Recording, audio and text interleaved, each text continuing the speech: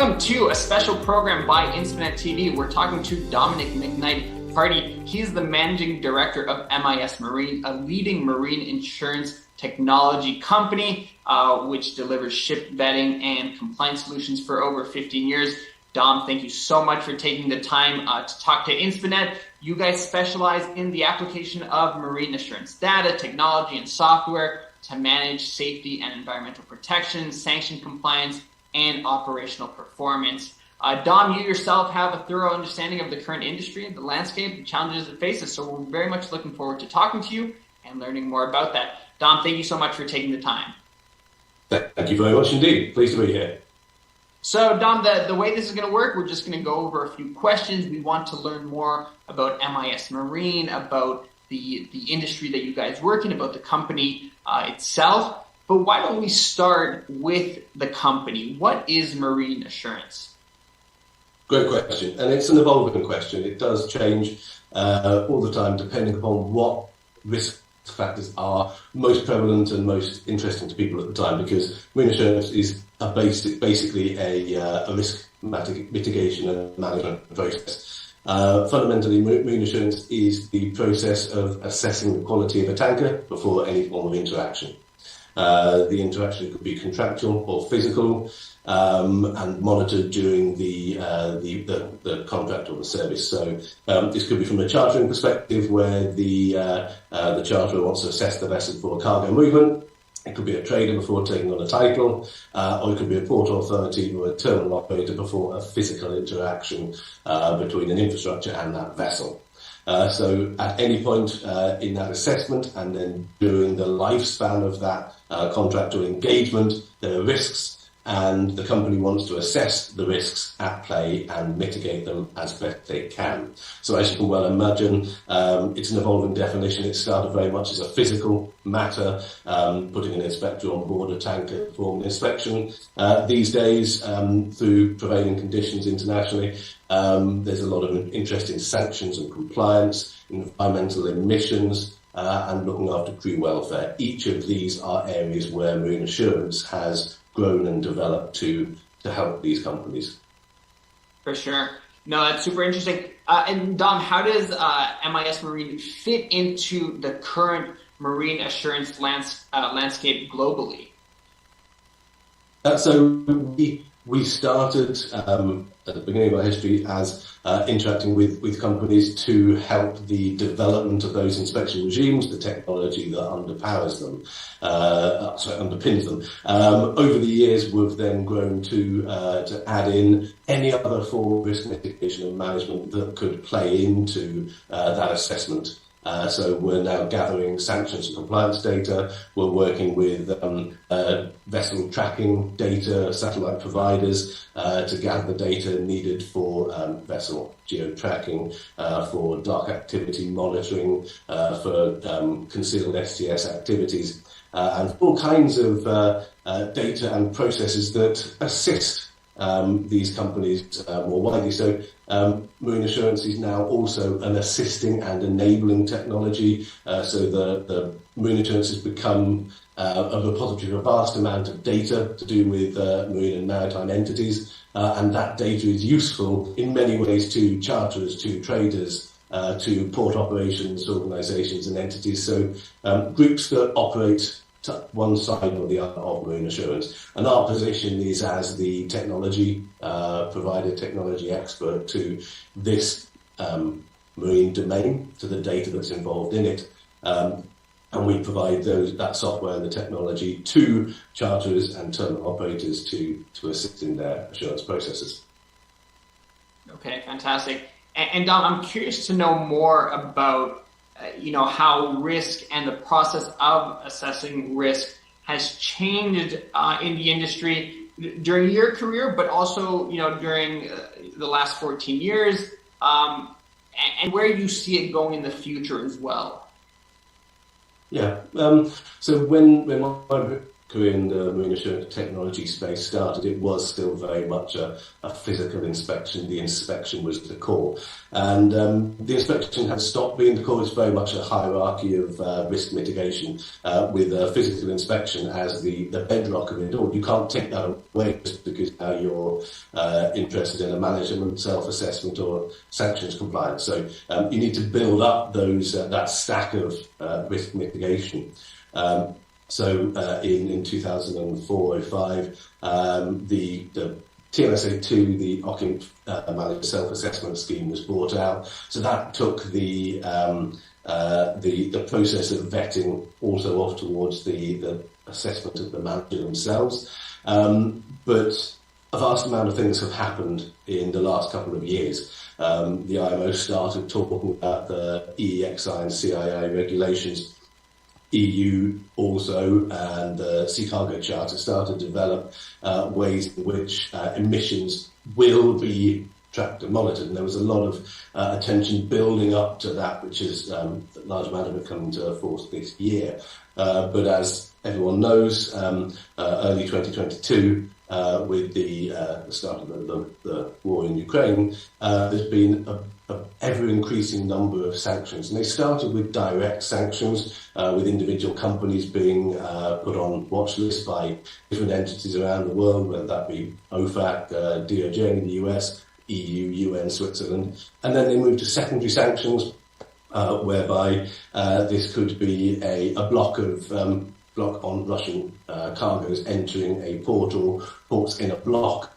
So risk has become a very nuanced thing, and ever more so in recent times we've started to see mind shift around ports and terminals changing from a feeling that as long as the contract was managed so that the responsibility for any kind of cargo spill or incident in the port or terminal environments was managed contractually, then these entities didn't have to concern themselves overly with the process of vetting or marine assurance. And we've seen that change greatly in the last couple of years, because it's not so much just about what's the physical and direct legal consequences of a spill or other incident in a port area.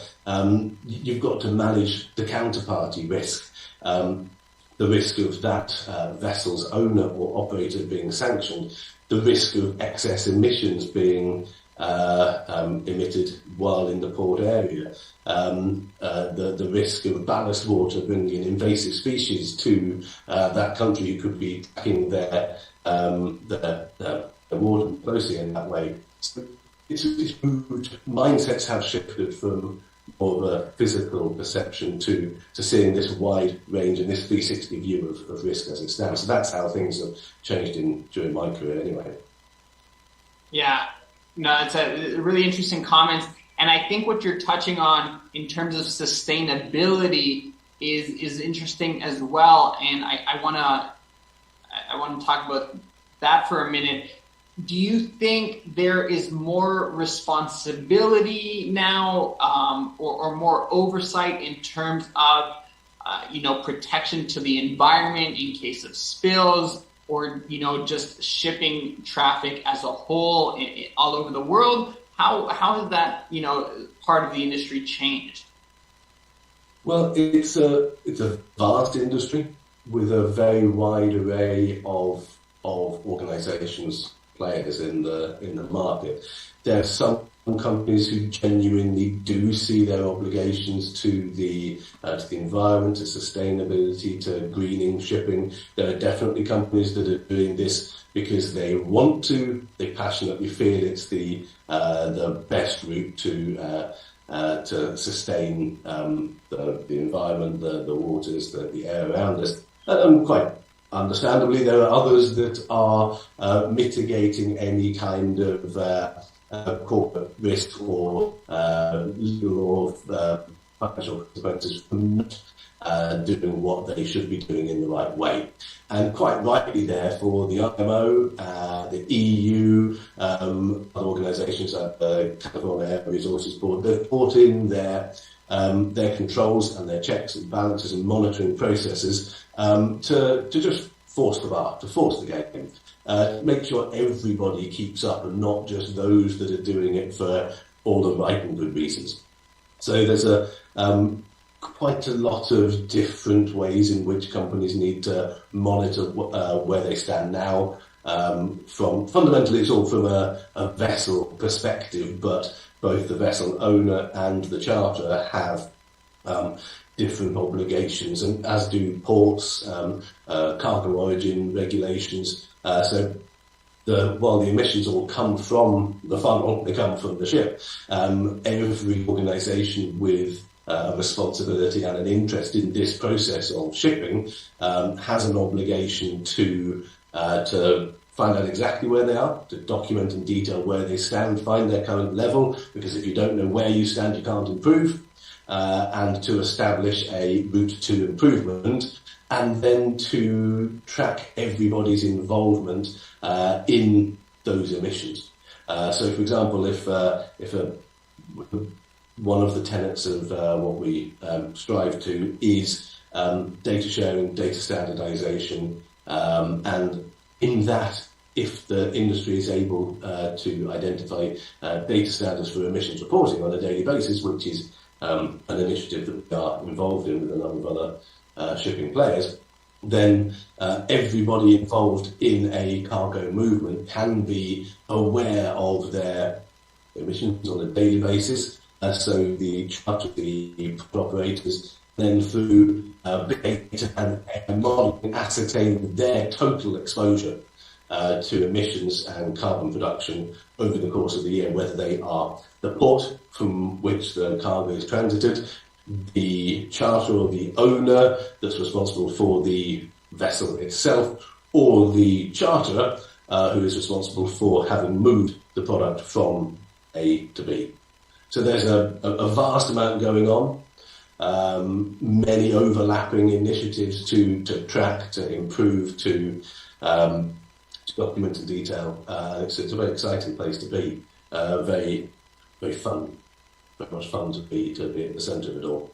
I'm sure it is, and to be part of a global industry that impacts people's lives.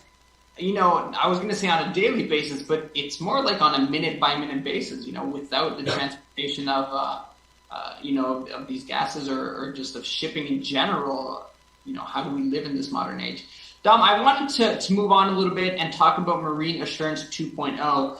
Talk to me about how expanding the remit, how does Marine Assurance 2.0 expand the remit of traditional vetting and risk assessment?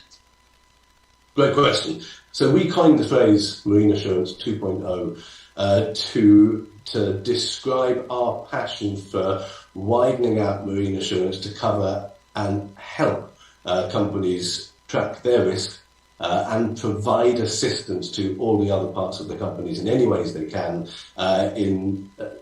with marine assurance and risk assessment at its core. So as I was saying before, marine assurance started, commonly also known as vetting, as a physical tanker inspection, an inspector on board. Then it moved to management self-assessments. And now you've got a very large amount of data that you can pull into these marine assurance expert systems to track and identify vast amounts of information about the vessel, whether it be about the engines, the cargo handling, the pumps, any kind of mooring arrangement. So there's vast amount of data, and data is at the core of Marine Assurance 2.0. So 2.0 is about finding those data sources, harnessing them, collaborating between different industry data sources so that data gets out of these silos and shared across the industry for the benefit of all. Different ways of sharing this data, processing this data in new and innovative ways. So it's data, it's artificial intelligence, it's just any way to find all the power and the energy that's in that data to drive forward marine assurance practices. It's taking vetting and compliance, so it brings in the sanctions, the emissions, all sustainability angles, and also crew welfare. It's also a change of mindset from marine assurance being purely a test or a check and balance to see whether this vessel is a quality ship with a quality manager. That's still very important. That goes back to this hierarchy of tests and checks angle. You need to be doing that. You can't take those away or the whole pyramid will crumble. But in addition to all of that, you can add all of the ways in which marine assurance systems, with their vast amount of gathered data and standards, compliance and sharing, can help improve efficiency in the supply chain, can improve the communications between the charterers, the ports, the terminals, the vessel operators, the inspectors. So there's so much supply chain efficiency and improved communications that can come about through embedding really good quality expert systems into the heart of the shipping industry.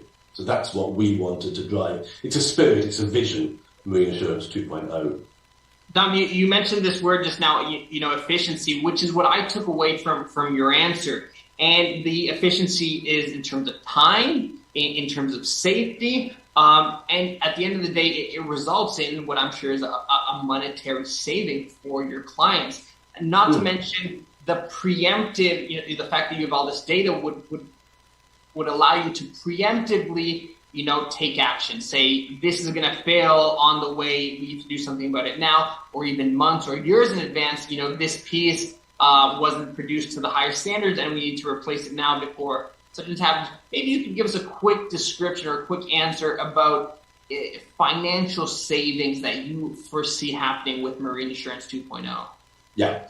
Well, charterers, inspectors, ports, terminals, vessel operators, they need to interact constantly. With inefficient communications channels, with inefficient means of sharing data, you're going to have all of those parties repeating themselves. You could have multiple charterers communicating with multiple vessel operators, but with the same vessel operator as well, over the course of a year, where they could be requesting information about different vessels for different business. So if you can find ways to, and as we have, to streamline those communications so the operators can proactively get their data ready in a ready state where it can be accessed or at least requested by the charters. If the charters can communicate with the vessel operators immediately through a system rather than reverting out to email. If those responses then come back in to a central point in an expert system and get tagged against the record that was being reviewed at the time they were sent out, that's a saving, because if you've got a global chartering business, their operation in the Americas could trigger a request. It could be Far East time zone by the time that response comes back in again. So if the system is allowed to track that, then it means that you don't get these bottlenecks or process problems. But also your point about proactivity in vetting is a very important one, because too often vetting processes are a snapshot.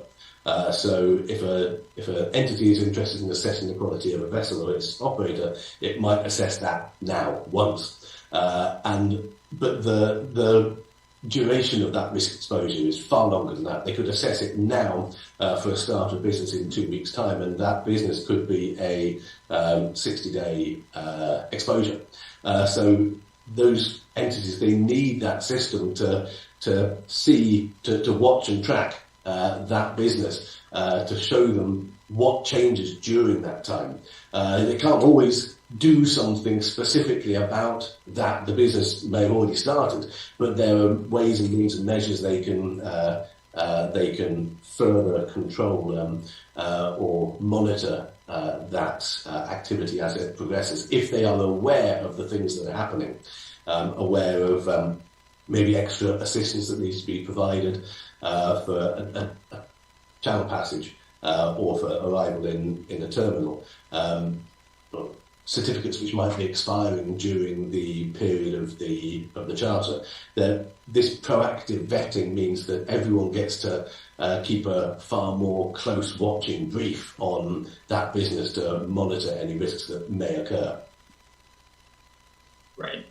No, super interesting. Dominic, let's move on. I want to talk about something else that you had mentioned previously, which is sanctions.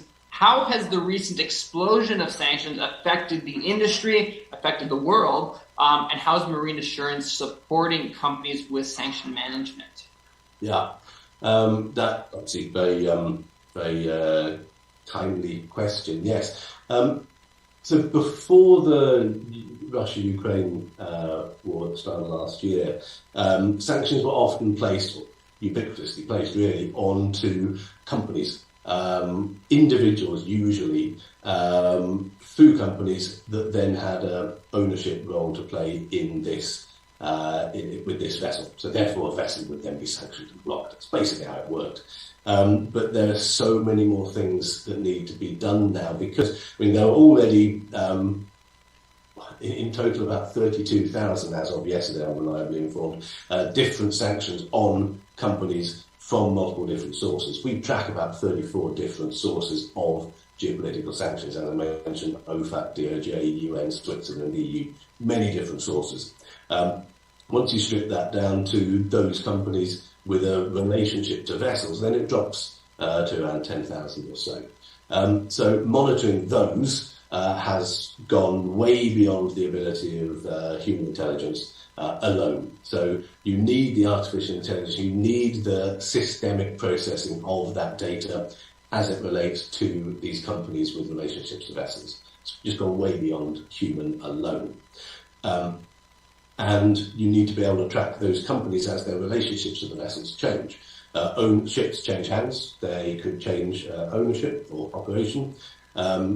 People with an interest in marine assurance need to be able to know that this vessel right now doesn't have a current relationship to a company under sanction, but they did.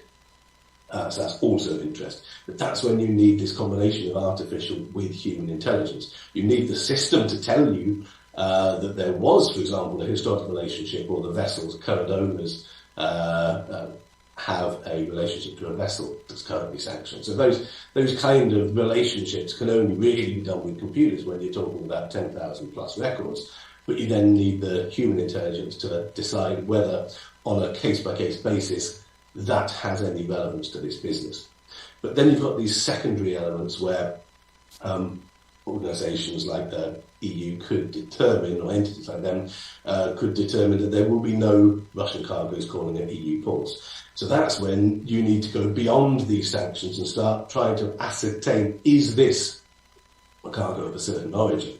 And for that, it goes beyond the classic concept of a sanction being applied to a company and moves on to, where did that cargo come from? Without ready access to loading documents, you can't always work it out black and white, but you can work out using vessel tracking where a vessel has been. That's quite simple.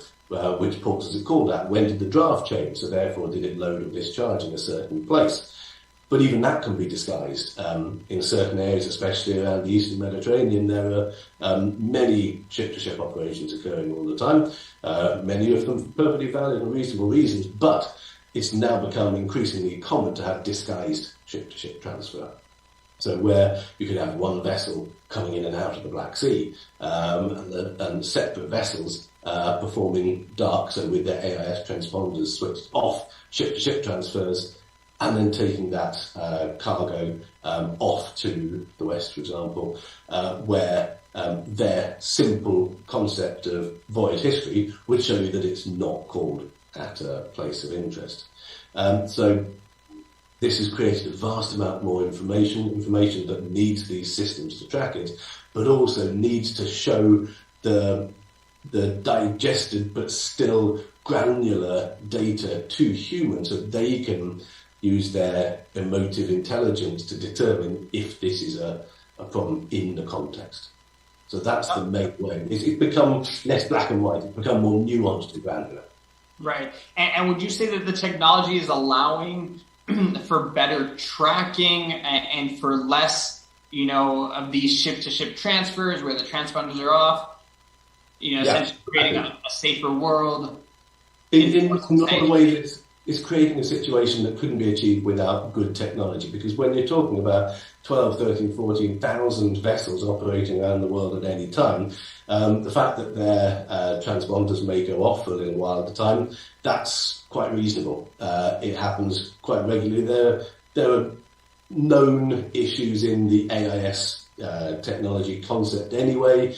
Sometimes these signals can just drop. You can get areas of high contention. So finding these gaps and blips is not uncommon. And then when you're talking about so many thousand vessels transponding constantly, the idea of being able to find this situation where two compatible vessels are slow steaming next to each other, dark for a certain amount of time, which means that they could have potentially undertaken a disguised STS, where one of them originated cargo from an area of interest and the other one took cargo to a completely different area. Finding those needles in haystacks without the technology is fundamentally impossible. But it also doesn't mean that you can give that as a black and white answer straight out of the back of the machine and say, this is disguised AIS, STS, and this means that there is Russian crude on this vessel. It's simply not that black and white. It is more nuanced than that. So you need to build upon that AI with the human intelligence. It's not doing people out of a job. It's just creating far more situations for them to analyze in a way that only the human brain can. Yeah, great. Dom, thank you for that answer. Dom, I want to jump back a few questions, talk again about sustainability. And I want to know more about, what MIS Marine, what support you offer to companies to manage emissions ratings and to create more sustainable shipping. Great question. Now, one of the main things that we've done there is, well, firstly, we, like everyone else, have to get our head around the various regulations. Primarily, these come from the IMO, but there are other sources on the EU. As I mentioned, the CARB out in California. They develop these regulations which basically have two legs. One is a design specification standard for a vessel. So in isolation, how energy efficient is a vessel. So that's based in a long ways like the engine capabilities and whether the scroll is fitted. And but in isolation, without putting them on a voyage, how efficient is that vessel? Secondly, you've got, so that's the EEXI, by the way, Energy Efficiency Existing Vessel Index. Then, secondly, you've got the CII, Carbon Intensity Indicator, or Index. And these, that second one then determines over the course of a year, in reality, how much carbon did that vessel output. So that's bringing the reality of how far they travelled and at what speed. And using the more basic method of calculation there, the AER, it's working on the basis of full capacity laden at all times. So these are useful indicators, and we're all going to be able to use them to determine which vessels are more sustainable than others. But there's got some fundamental flaws there. The first is that it's going to take some time to get this data through the industry to the people that need it, the charterers, the port, terminal operators, etc. And the second is a little bit brute force. So CII, for example, is a way of the vessel owner or operator calculating their total carbon intensity over a 12-month period. And it gives the reader of that piece of information one thing, a letter. It doesn't give them to deep dive and drill down into what that really means, both for the vessel and its operator, but also for them. So if you're talking about a charterer who maybe used a vessel to transit from this load port to these discharge ports over the course of a number of months, knowing the CII for the whole year is useful information, but it doesn't tell them their impact over the course of that particular voyage. So I'm not going to say these things are flawed. They're not flawed at all. They're good calculations, but a 12-month block of time doesn't give involved parties that kind of deep understanding of what it means for them and how they can improve to bring down their emissions. So what we've done to that end is we've created models, digital twin representations of these two calculations. So we have the EMIT, the Environmental Marine Index tool, and the CIP, Carbon Intensity Model. And to create those, we have derived data from the industry for every vessel, and we are able to calculate our EMIT to be the design specification of any vessel, and our sim to be a detailed calculation and model of the carbon intensity of a vessel. And we can take that right down to 5-minute blocks of time and say from this load port to this discharge port, or interestingly, for the purposes of reporting such as the sea cargo charter, we can say from the start of this ballast load to this load port and then on to this discharge port, we're then able to calculate the actual real carbon emissions for that vessel based upon its actual voyage, the distance, the deadweight tonnage, assuming fully laden, and then the speed at which they travelled. So we're able to provide that kind of granular detail. What does it mean for me? Answer to say, all well and good, this was your year, but this is what it means to you and your voyage, and here's the data to back it all up. So you can drill down into a map of the voyage and see these were the higher emitting points at these areas during the voyage. The vessel was being less emissions friendly. We can do that for any vessel that's sailing, rather than just those that are pushing their data through various portals onto the readers. And as I mentioned above, we are working with energy groups, industry groups such as Energy Link, to help to define the standards for daily noon reports that could be used to capture all the data that would be needed to then move on beyond this assumption of fully deadweight laden onto a more nuanced calculation of how much cargo was actually on board, how much what consumers were actually chewed through on that day to create even more accurate and realistic calculations.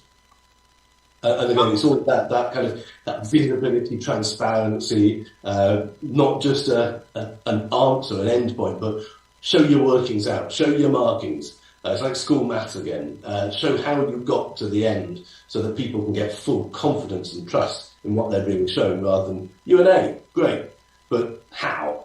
What's behind that? Dom, Inspinet was at the AMP annual conference last week in Denver, which covers more, materials and coatings and corrosion. But one of the things that I took away from that was, how being sustainable and being efficient, is intrinsic to all these companies because it saves money. It's cost efficient. Would you say that, in terms of the marine industry as well and in shipping, it's in the best interest of, whether it be the terminals or the transporters themselves, to be as efficient as possible, leading to sustainability?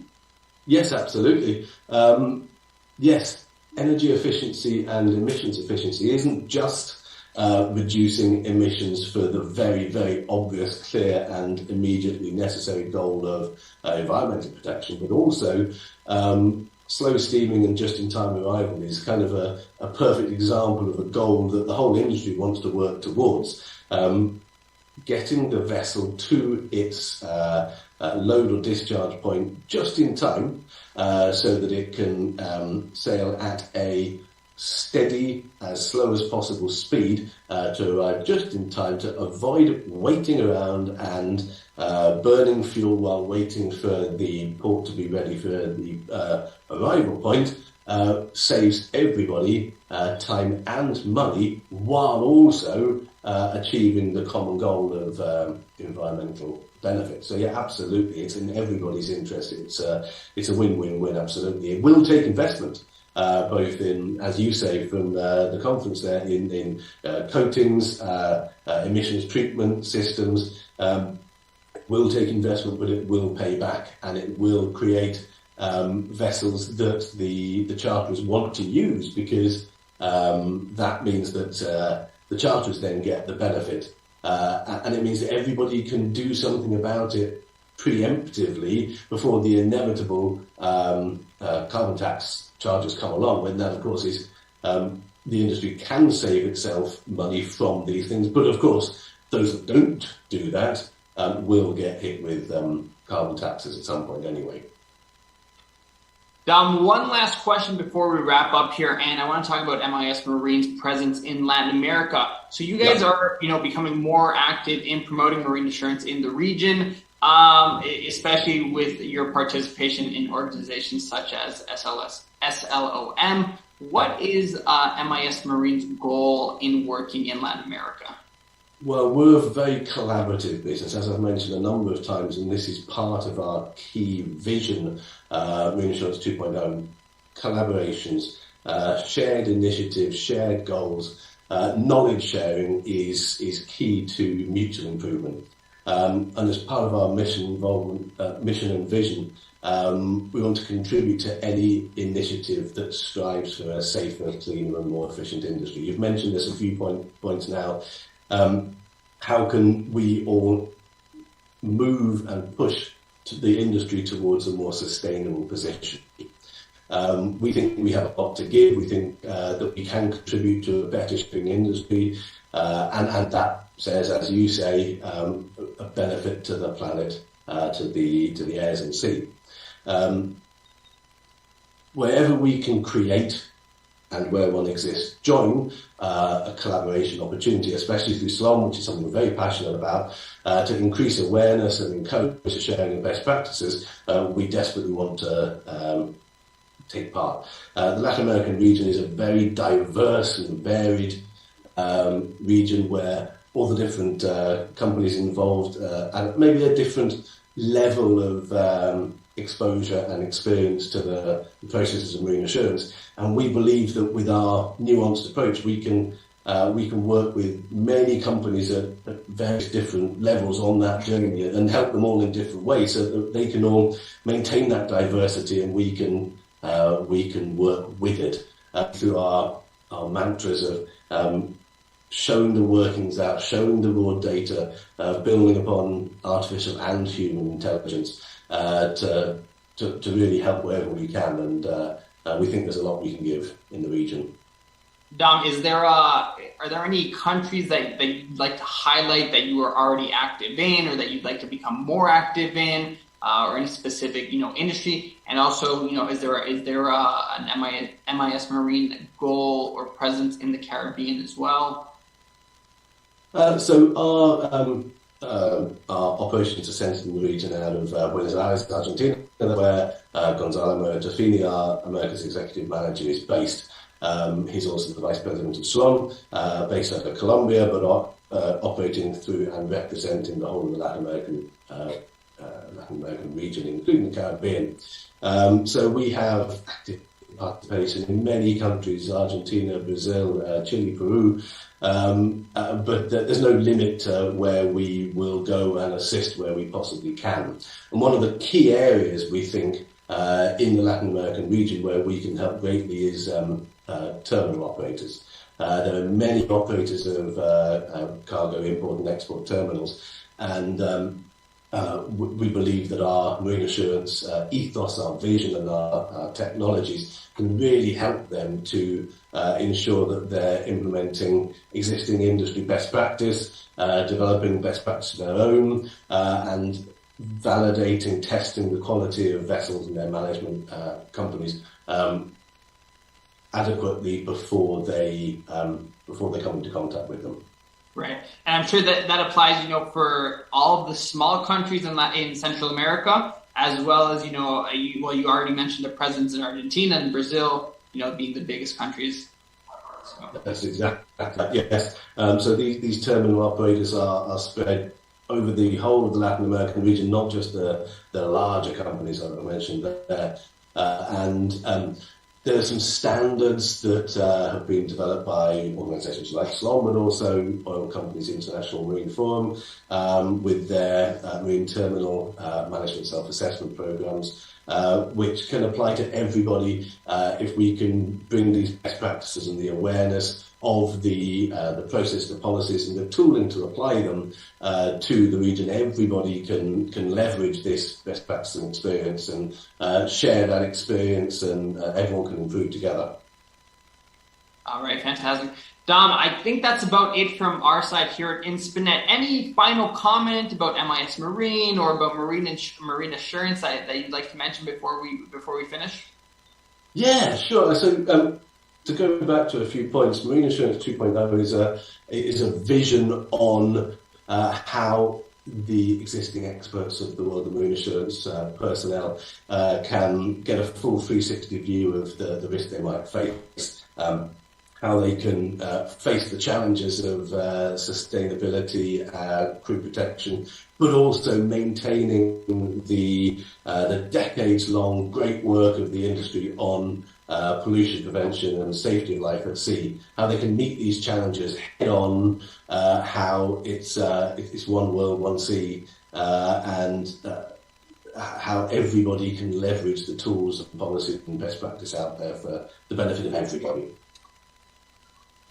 All right, fantastic. Dom, thank you so much for taking the time to talk to Inspinet. It's been an absolute pleasure from our side. Hopefully, at some point in the near future, we can meet up and have one of these in person, and maybe even travel to either a terminal or get on board a ship and see, MIS Marine's technology and operations in action.